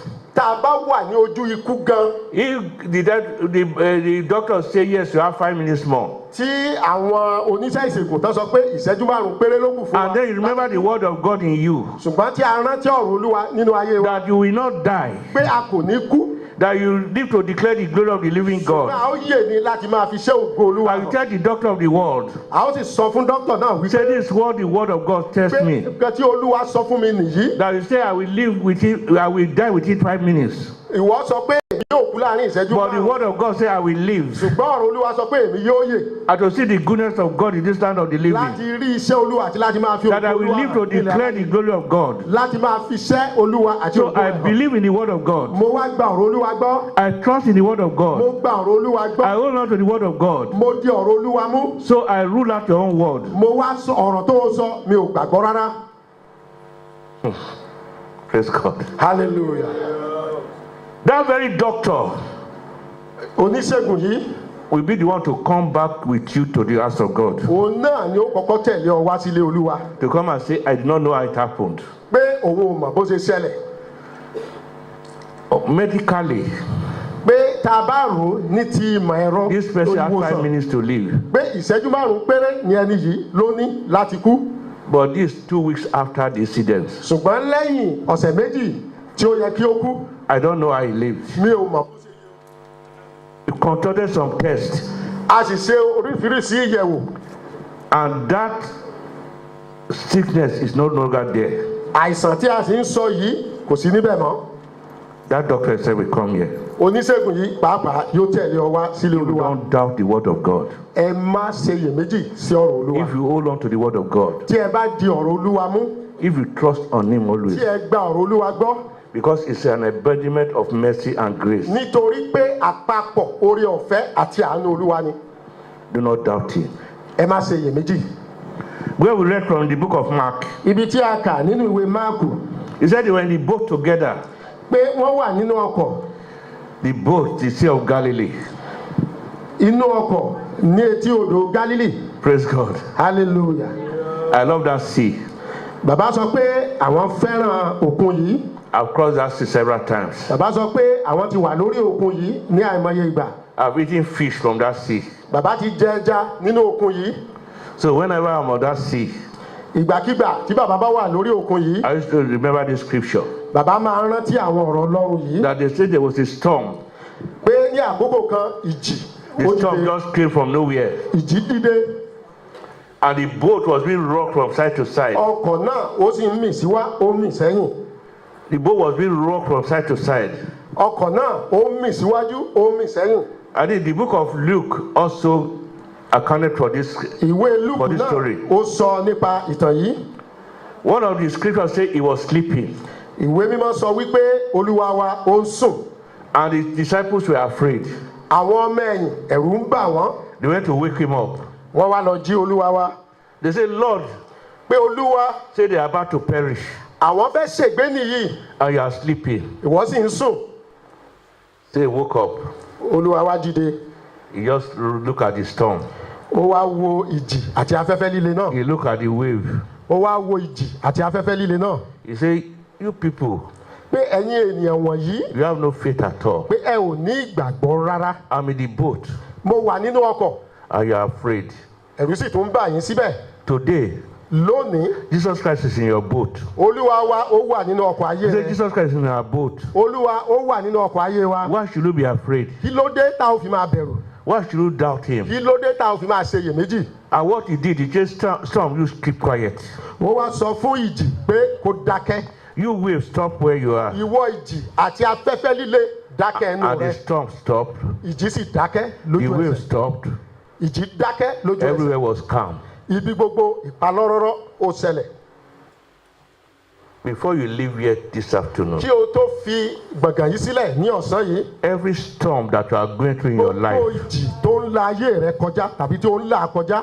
I say every storm that you are going through in your Gbogbo life, ìjì tí ó ń là kọjá nínú ayé rẹ. every storm you are going through in your matrimonial home, Gbogbo ìjì tó ń là kọjá nínú ìgbéyàwó every rẹ. storm you are going through in your place of work, Gbogbo ìjì tó ń là kọjá níbi iṣẹ́ rẹ. every storm you are going through in your businesses, Gbogbo ìjì tó ń là kọjá nínú òwò rẹ. every storm you are going through in your ministry. Gbogbo ìjì tó ń là kọjá nínú iṣẹ́ I ìránṣẹ́ said rẹ. because God is a living God. Nítorí pé Ọlọ́run wa Ọlọ́run alààyè ni. I said those storms will be still in Jesus' Gbogbo ìjì name. yìí yóò dákẹ́ dúró. Where is the storm? Kí ni ìjì? The storm in your body, Gbogbo ìjì nínú àgọ́ ara wa. the storm of sickness, Gbogbo ìjì àìsàn. the storm of affliction, Gbogbo ìjì ìpọ́njú àti ìdààmú. the storm of not sleeping at night, Gbogbo ìjì ká má lè sùn lálẹ́. the storm of weeping over the children that God has given to Gbogbo you, ìjì ká máa sunkún lórí àwọn ọmọ tó Olúwa fún wa. the storm of weeping over your situation, Gbogbo ìjì ká máa sunkún lórí bí a ṣe wà àti ipò tí a wà. the storm about your situation in this country. Gbogbo ìjì bá a ṣe wà lórí orílẹ̀-èdè yìí bóyá ò níwèé ni tàbí a ò tiẹ̀ rí bá ti ṣe ni. I say Jesus Christ who was in the boat, Ọlọ́run wa Jésù Kristi tó wà nínú ọkọ̀ nígbà náà. and the same Jesus is in this boat today. Ọlọ́run kan náà ó wà nínú ọkọ̀ ayé wa lónìí. I say Jesus Christ will proclaim stillness into your storm in Jesus' name. Olúwa yóò pàṣẹ ìdákẹ́rọ́rọ́ sínú ayé wa. The men, the disciples looked. Àwọn ọmọ ẹ̀yìn wọ́n wá wò They said, what sort of man is pé this? irú ọkùnrin wo ni eléyìí. He said, he's told the wind to stop. The Ó wind sọ stopped. fún ìjì àti ìgbì kó dúró ó sì dúró. He said, what sort of man is this? Irú ènìyàn wo ni eléyìí. I love that man of Galilee. For he has done so very much for me. He has forgiven me all my sins and sent the Holy Ghost to me. I love that man Of Galilee, I love that man I love that man. of Galilee. For he has done so very much for me. He has forgiven me all my sins and sent the Holy Ghost to me. I love that man of Galilee. He will never fail you. Kò ní já ọ kulẹ̀. He will never disappoint you. Kò ní já ọ kulẹ̀. Kò sì He ní never dójú let tì you ọ́. down. Kò ní dójú tì ọ́. When the world says it is finished, Nígbà tí ènìyàn bá sọ pé ó tán, that's when God steps in. nígbà náà ni Olúwa yóò wọlé fún ìrànlọ́wọ́ wa. That's when he steps in. Nígbà náà ni Olúwa yóò dìde fún They said ìrànlọ́wọ́ it wa. was finished for Lazarus. Wọ́n sọ pé ó ti tán fún Lásárù. People were mocking, people were laughing. Àwọn èèyàn wọ́n fi ṣẹlẹ́yà wọ́n sì fi ṣe yẹ̀yẹ́. That he said he asked somebody called Jesus Christ as his best friend. Pé o ní Jésù Kristi gẹ́gẹ́ bí ọ̀rẹ́. But he got sick and he died. Ó ṣàìsàn ó sì kú. But what happened? Kí ló wá ṣẹlẹ̀? When Jesus Christ came back to the scene, Nígbà tí Jésù padà sí ibẹ̀, he showed the mockers, ó wá dojú ti àwọn ẹlẹ́gàn. he showed those people who were already laughing at him. Ó fi hàn fún àwọn ẹlẹ́gàn àtàwọn tó ń fi He wọ́n ṣe said with yẹ̀yẹ́ him, it is never finished. pé nítòótọ́ Lásárù kú ni ṣùgbọ́n kò tí ì tán. When you have him, Tí o bá ní Olúwa, hold on to him. di Olúwa mú gidigidi. He will never be finished with you. Kò ní dojú tì ọ́. He will never allow the mockers to mock you. Kò ní jẹ́ kí àwọn ẹlẹ́gàn kí wọ́n gàn ọ́. He never put his name to shame. Kò ní dojú ti orúkọ rẹ̀. Have you asked the reason why he stayed on this earth for 40 days more? Ǹjẹ́ àti ẹ̀ máa ń béèrè lọ́wọ́ ara wa pé kí ni èrèdí rẹ̀ tó fi dúró After the ní orílẹ̀ resurrection. ayé fún 40 ọjọ́ àti ọjọ́ kan lẹ́yìn ìgbà tí ó jíǹde. After the resurrection, Nígbà tí ó jíǹde, is for him to show you that yes, he's truly the Son of God. láti fi hàn wá pé nítòótọ́ ọmọ Ọlọ́run ni òun ṣe It's ni. to show you that yes, it's he who actually he is.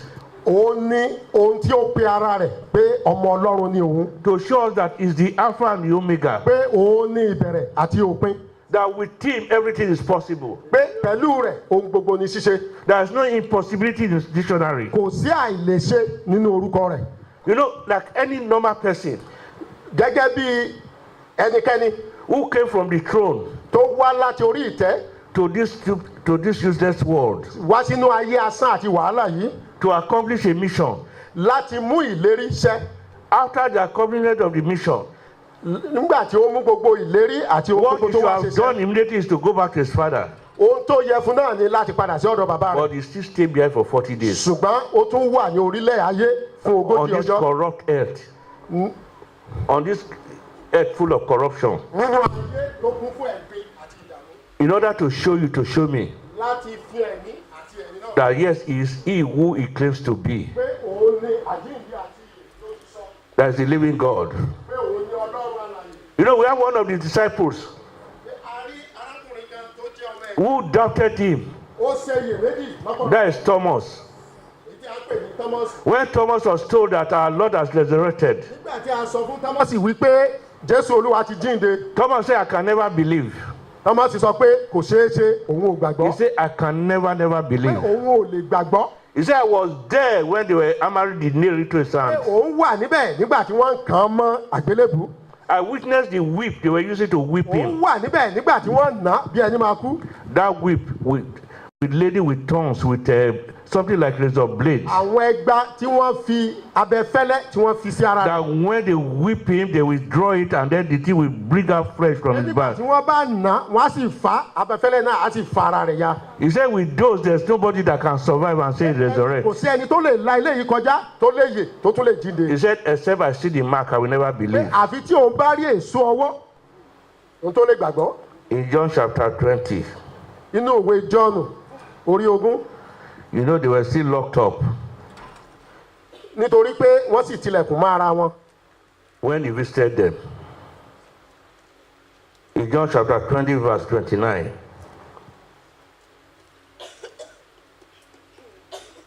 Jésù wí fún wọn pé Tọ́másì nítorí tí ìwọ rí mi ní ìwọ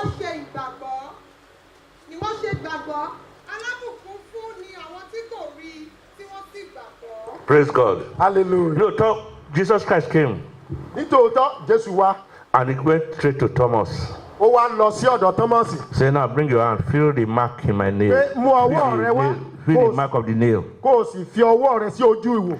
Feel my back wo ẹ̀yìn mi. and see all the marks. ṣé gbogbo ibi tí wọ́n ti nà mí tí wọ́n ti fa ara mi The ya. Bible says Thomas just prostrated. wọ́n ní Tọ́másì ó dọ̀bálẹ̀. ó He wá said, my Lord, my God. pé Olúwa mi Ọlọ́run mi. He said, it's because you have seen me now. Jésù wá sọ fún pé nítorí pé o ti rí mi ní àkókò yìí. That's why you believe. torí náà ló ṣe gbàgbọ́. Then he gave us a blank check. Olúwa wá fún wa ní àwọn ẹ̀bùn. He gave a blank Iyebíye. check. He said, blessed are those who do not see, ó wá sọ pé ìbùkún ni fún àwọn tí kò rí mi but believe. ṣùgbọ́n tí wọ́n gbà mí gbọ́. Children of God, ẹ̀yin ọmọ Ọlọ́run today, lónìí I beg you, a bẹ̀ yín I lọ́pọ̀lọpọ̀. implore you, a bẹ̀ yín lọ́pọ̀lọpọ̀. I entreat you, a bẹ̀ yín do lọ́pọ̀lọpọ̀. not doubt. ẹ má ṣiyèméjì. Always believe him. ẹ máa gba Olúwa gbọ́. Because in believing him, nínú gbígba Olúwa gbọ́ you have abundance of blessing. ọ̀pọ̀lọpọ̀ ìbùkún ni ó rọ̀ He mọ́. said, blessed are those pé ìbùkún ni fún àwọn who have not seen, tí wọn ò rí mi but believe. ṣùgbọ́n tí wọ́n gbà mí gbọ́. What is the storm you are going through? kí ni wàhálà àti ìdààmú tí ó ń là kọjá. Believe gbàgbọ́ that God is going to take you pé out. Olúwa yóò mú ọ kúrò nínú rẹ̀. Whatever situation you are in today nínú ipò tí o lè wà lónìí that does not gladden your heart, tí ò jẹ́ kí inú rẹ dùn. believe today gbàgbọ́ lónìí that the mercy and grace of God pé àánú àti oore ọ̀fẹ́ Olúwa will take you out. yóò mú ọ jáde Let's nínú stand up wàhálà on our yìí. feet. ẹ jẹ́ ká dìde lórí ẹsẹ̀ wa.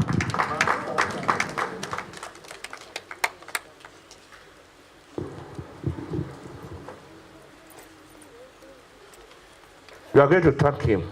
dúpẹ́ lọ́wọ́ Olúwa Say, God, I thank you. pé Olúwa mo dúpẹ́ lọ́wọ́ rẹ. I thank because you are God. mo dúpẹ́ lọ́wọ́ rẹ nítorí pé ìwọ ni Olúwa. You know, praise God. So, Babalawo will fail. àwọn oníṣègùn àti babaláwo àti àwọn olóògùn ìkà wọn ò di ẹni ìjákulẹ̀. I asked somebody in those days who went to Babalawo. bàbá sọ pé àwọn ní arákùnrin kan ní ayé ìgbà yẹn tí ó lọ sí ọ̀dọ̀ babaláwo. By the time I got to the Babalawo's place, ìgbà tí ó dé ilé babaláwo he asked for the Babalawo. wọ́n béèrè pé babaláwo ń kọ́ o. He said, Babalawo ti kú. pé babaláwo bàbá ti lọ́run ó ti lọ já Ọlọ́run nípè. The man said, ah. bàbá sọ pé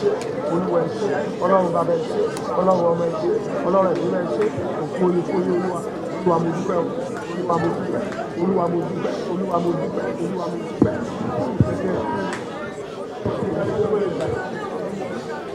In Jesus' mighty name we are praying. Amen. Ọlọ́run mi tí kì í sùn. Ọlọ́run mi tí kì í sùn.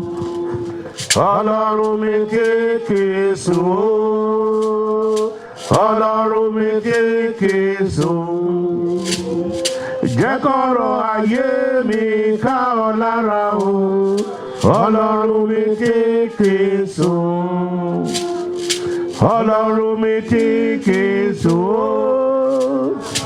Ọlọ́run mi tí kì í sùn. Ọlọ́run mi tí kì í sùn. Ọlọ́run mi tí kì í sùn.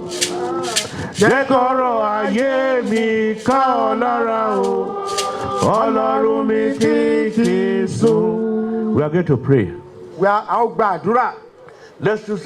Let's use ourselves, mothers and fathers, practically. Ẹ jẹ́ ká fi ro ara wa wò gẹ́gẹ́ bí bàbá àti ìyá. If you have children Tí o bá ní ọmọ who have confidence in you to do something for them, tó ní ìgbàgbọ́ nínú rẹ pé o lè ṣe ohun kan fóun, who does not doubt you, tí ò síyèméjì nípa oore who ọ̀fẹ́ say, tó I wá know fún. my mommy can do this. I'm not. Pé mo mọ̀ pé ìyá mi ó lè ṣe. You know, you try your utmost best to do it. Dandan ni ò gbìyànjú lábẹ́ bó ti wù kó rí láti ṣe fún ọmọ yìí. We are powerless. A ò ní agbára kankan. You will do your utmost best to do that for your child. A ó gbìyànjú ní gbogbo ọ̀nà láti ṣe léyìí But fún how ọmọ. about God who has all the powers? Mélòó mélòó wá ní bàbá wa Ọlọ́run Who tó ní created gbogbo heaven àti and agbára. earth? Ẹni tó dá ọ̀run òun ayé. In Jeremiah 32 verse 27, say, I'm God of all flesh. Jeremiah orí kejì ẹsẹ̀ ìkẹtàdínlọ́gbọ̀n pé òun ní Ọlọ́run gbogbo ẹran ara. He said, is there anything impossible for me to do? Ǹjẹ́ ohun kan á wà fún òun láti tó ṣòro ṣe fún òun láti If ṣe? you trust fully on him, what will he not do for you? Tí a bá gba Ọlọ́run gbọ́, kí ni Ọlọ́run wa ò lè ṣe fún wa? You are going to pray now. A ó gba àdúrà ní àkókò yìí He said, God, pé Olúwa deal with every spirit of doubt in my life. bá gbogbo ẹ̀mí iyèméjì wí nínú ayé mi. Every spirit of doubt, oh Lord, deal with him in Gbogbo my ẹ̀mí life. iyèméjì nínú ayé mi. Raise up your voice and pray quickly. Pray. Every spirit of doubt, Gbogbo ẹ̀mí iyèméjì nínú ayé mi. Olúwa bá wí, Olúwa bá wí, Olúwa bá wí, Olúwa bá wí, Olúwa bá wí, Olúwa bá wí, Olúwa bá wí, Olúwa bá wí. Ẹ̀mí iyèméjì, gbogbo ẹ̀mí iyèméjì, gbogbo ẹ̀mí yóò gbọ́ Olúwa gbọ́. Olúwa bá wí, Olúwa bá wí. olúwa bá wí ìwọ ẹ̀mí ìyèméjì nínú ayé mi olúwa bá wí olúwa bá wí gbogbo ẹ̀mí àìsàjọ́ ẹ̀mí ìyèméjì ẹ̀mí ẹ̀rù olúwa bá wí olúwa bá wí olúwa bá wí olúwa bá wí olúwa bá wí olúwa bá wí olúwa bá wí ẹ̀mí àìsàjọ́ olúwa bá wí àìsàjọ́. In Jesus' mighty name we are praying. Amen. Before you come back to yourself, you are going to pray for 5 people quickly. A ó gbàdúrà fún èèyàn márùn-ún ní kankan. Say every storm Pé gbogbo ìjì in this life, nínú ayé yìí, known and unknown, èyí tá a mọ̀ àtẹ̀yí tá a ò mọ̀. there are so many storms in your life today that you don't know that God knows. Ọ̀pọ̀lọpọ̀ ìjì ló ń wà láyé wa tó jẹ́ pé a kò mọ̀ tó jẹ́ pé Ọlọ́run nìkan ló mọ̀. Where we read from the scripture, they said the storm just came suddenly from nowhere. Ibi tí a kà nínú Bíbélì wọ́n ní ìjì ó kàn sáà dé náà ni láìròtì. The weather forecaster could not forecast it. Àwọn tó máa ń gbìyànjú láti sọ bí ojú ọjọ́ ṣe máa rí wọn kò rí wọn kò sì They lè sọ could not nípa rẹ̀. forecast it. Wọn ò sọ nípa rẹ̀ rárá. But God knew. Ṣùgbọ́n Ọlọ́run mọ̀. Say every storm in your life, Gbogbo ìjì nínú ayé yín. known and unknown, Èyí tẹ́ ẹ mà àtẹ̀yí tẹ́ ò mọ̀. every storm in your home, Gbogbo ìjì nínú ilé yín. every storm in your ministry, Gbogbo ìjì nínú every storm in your place of work, Gbogbo ìjì níbi iṣẹ́ yín. be still in Jesus' name. Olúwa kó dá wọn dúró. Raise touch your prayer, pray. Orúkọ Jésù, orúkọ Jésù, orúkọ Jésù. Gbogbo ìjì nínú ayé yín, nínú ilé yín, nínú iṣẹ́ ìránṣẹ́ yín, nínú òwò, nínú ọ̀nà yín. Olúwa bá wọn wí. Ìwọ òjì nínú ayé yín. Orúkọ Jésù, Olúwa bá wí. Olúwa bá wí. Olúwa bá wí. Olúwa bá wí. Olúwa bá wí. Ìwọ ìjì nínú ayé yín. Olúwa bá wí. Nínú ilé yín. Olúwa bá wí. Olúwa bá wí. Olúwa bá wí. Ìjì dáwọ́ dúró. In Jesus' mighty name we pray. Amen. Number two. Pray. Every storm, known and unknown, seen and unseen, every storm in your ministry, in yourself, every storm in your ministry, be still. Every storm in your life, every storm in the life of your wife, the life of your children, the life of your grandchildren, I say be still in Jesus' name. Be still in Jesus' name. Be still in Jesus' name. Be still in Jesus' name. In Jesus' mighty name we pray. Number three, pray.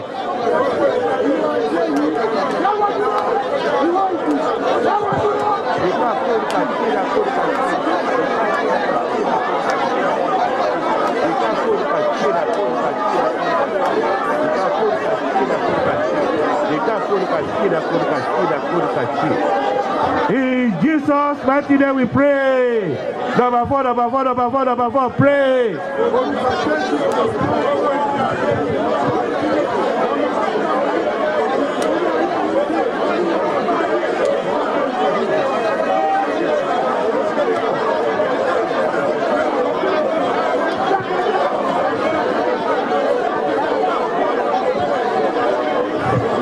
In Jesus' mighty name we pray. Number five, pray.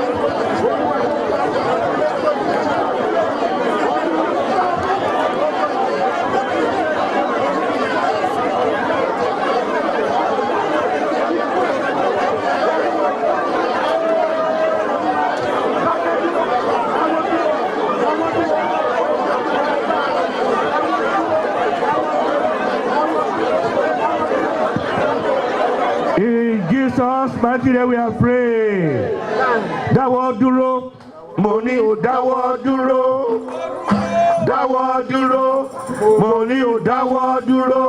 Ìjì tó ń jà nínú ayé mi. Dáwọ́ dúró lórúkọ Jésù ni mo pa láṣẹ. Dáwọ́ dúró. Dáwọ́ dúró. Mo ní o dáwọ́ dúró. Dáwọ́ dúró. Mo ní o dáwọ́ dúró. Ìjì tó ń jà nínú ayé mi.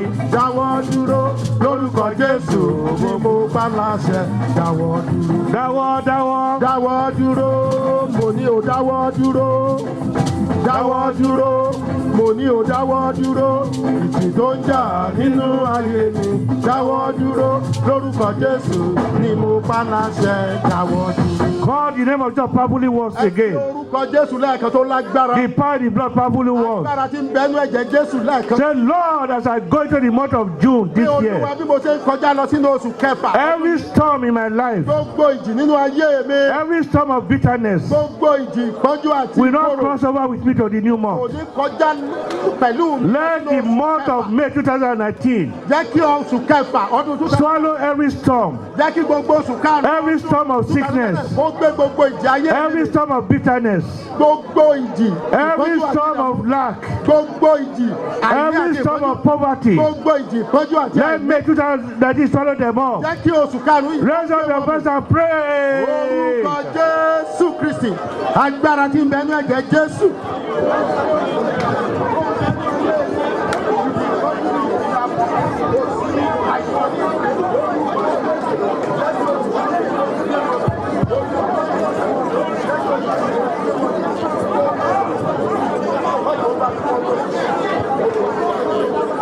Pray, pray, pray, pray, pray, pray, pray, pray, pray, pray, pray, pray.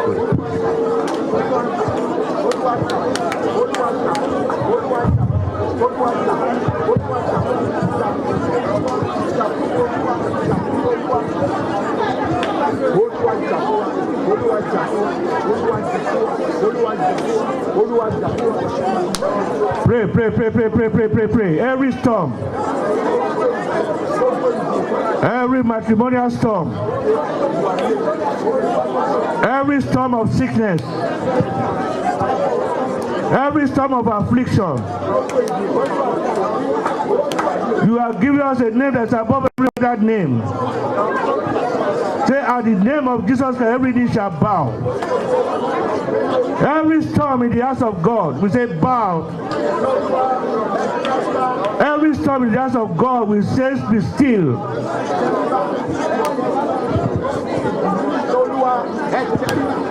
Every storm of sickness,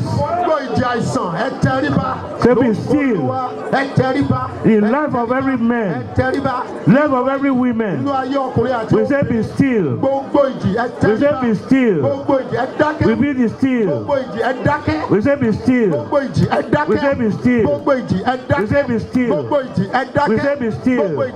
We say be still. We say be still. We say be still. We say be still.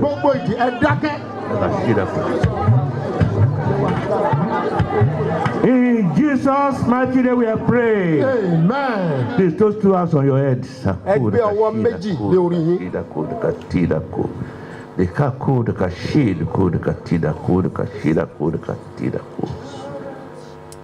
Father, in the name of Jesus. Amen. Father, in the mighty name of Jesus. Amen. Father, Lord, we thank you. Hallelujah. Because you are God Almighty. Amen. You have never changed. You are the unfailing God. We thank you once more, Lord, because you created us. You are the one who brought us to this world for your own purpose. And we know for sure that that purpose is glorious. Lord, accept our thanksgiving in Jesus' name. We've come before you this afternoon, Lord. Holy Spirit of the living God. Every storm that's in our life, let it be still in Jesus' name. Every storm that does not glorify you, that does not bring glory to your name, let it be still in Jesus' name. Every storm of lack, every storm of depression, oh my God, every storm of depression, I say be still in Jesus' name. Every storm of sickness, every storm that is waging war against our ministries, against our matrimonial, I say be still in Jesus' name. Father, Lord, I ask, because of what I should ask, that visit these people, visit everyone that is here this afternoon, move from the top of their head to the bottom of their feet. Every storm that the devil has planted into these lives, Holy Spirit of the living God, uproot them and cast it to your eternal fire. Thank you, Lord, because I've answered. We shall give all the glory. In Jesus' mighty name we have prayed. Quickly raise up your hands. Please pray on this prayer request. ẹ na ọwọ́ yín sí àwọn ẹ̀bẹ̀ àdúrà yìí a ó gbàdúrà That God visit this request. pé olúwa bẹ̀ àwọn ẹ̀bẹ̀ àdúrà yìí wò. The word of God says, I will do exceedingly abundantly more than your expectation. Amen. Say, according to this request, Lord, surprise all the authors of this request. gẹ́gẹ́ bí àwọn ìbéèrè wọ̀nyí olúwa ṣe ìyanu.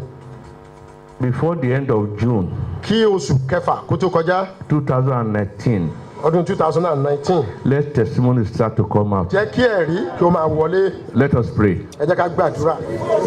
Jésù.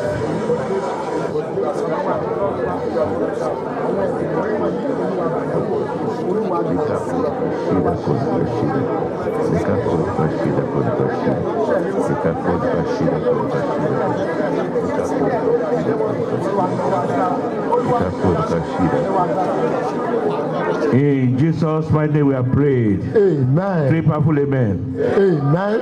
Amen. Amen. In Jesus. Clap for Daddy Jesus. ẹ pàtẹ́wọ́ fún Jésù Kristi.